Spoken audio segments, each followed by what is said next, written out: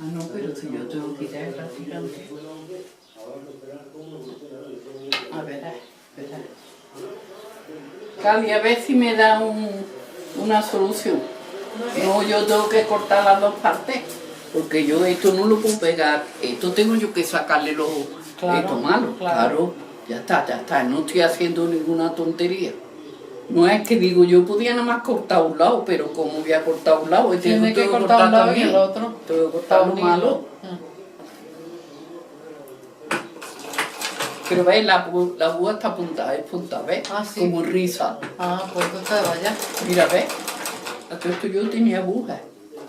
Pero claro, ahora quien pone una aguja ya y la prepara. Pero está valiendo.